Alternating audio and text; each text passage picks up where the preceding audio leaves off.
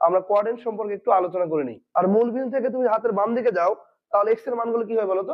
Negative. Y এর মান দেওয়া থাকে, তাহলে কোন একটা বিন্দুর স্থানাঙ্ক হয় বলতো?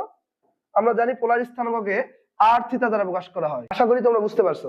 তাহলে আমাদের যদি এই চারটা ইকুয়েশন জানা থাকে, এই একটা দুইটা স্থানাঙ্ক চ্যাপ্টার, কার্তেশীয় এবং পোলার, এই দুইটা টপিক থেকে ডুয়েট অ্যাডমিশনে প্রতি বছর মিনিমাম একটা প্রশ্ন আসে। এখান থেকে মিনিমাম একটা ছড়াবো। তো দেখো, আমরা কার্তেশীয় এবং পোলার স্থানাঙ্ক যে চারটা সূত্র প্রতিপাদন করছিলাম, চারটা সূত্র আমরা ম্যানুয়ালি টাইপ 1 এর ম্যাথ শেষ করার জন্য এই চারটা সূত্র জানলেই হবে।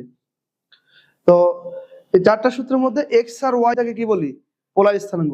তাহলে এখানে আমাদের দেখো প্রশ্নের মধ্যে বলা আছে 1 নম্বর কোশ্চেনে টাইপ 1 এর, কোন বিন্দুর কার্তেশীয় স্থানাঙ্ক মাইনাস পোলার, এই যে কার্তেশীয় স্থানাঙ্কটা দেওয়া আছে এক্স এর মান আর ওয়াই এর মান, এটা আসলে কোন কোয়াড্রেন্টে আছে এটার উপর নির্ভর করবে যে আসলে থিটার কোন সূত্র